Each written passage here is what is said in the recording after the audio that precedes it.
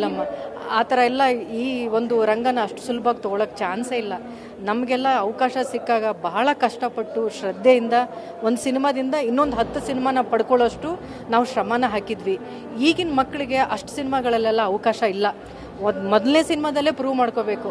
ಅದಾದಮೇಲೆ 2-3 ಅವಕಾಶ ಇರಲ್ಲ. ಮೊದಲೇ ಸಿನಿಮಾ ನಮ್ಮ ಕಾಲದಲ್ಲಿ ಸೋಷಿಯಲ್ ಮೀಡಿಯಾ ಇರಲಿಲ್ಲ, OTT ಪ್ಲ್ಯಾಟ್ಫಾರ್ಮ್ ಇರಲಿಲ್ಲ, ಬರೀ ಸಿನಿಮಾದಲ್ಲಿ ಮಾತ್ರ ನೋಡ್ಕೋಬೇಕು. ಈಗ ಮಕ್ಕಳಿಗೆ ನೂರಾರು ಥರ ಇದೆ, ಅಲ್ಲಿ ಎಲ್ಲರನ್ನೂ ಮೆಚ್ಚಿಸ್ಬೇಕು. ಹಾಗಾಗಿ ಅಷ್ಟು ಸುಲಭವಾದ ಕೆಲಸ ಅಲ್ಲ ಅದು.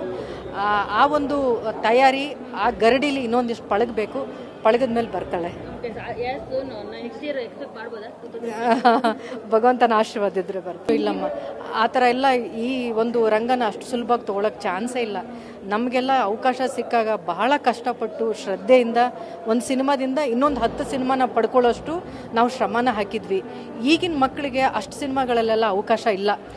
ಮೊದಲನೇ ಸಿನಿಮಾದಲ್ಲೇ ಪ್ರೂವ್ ಮಾಡ್ಕೋಬೇಕು.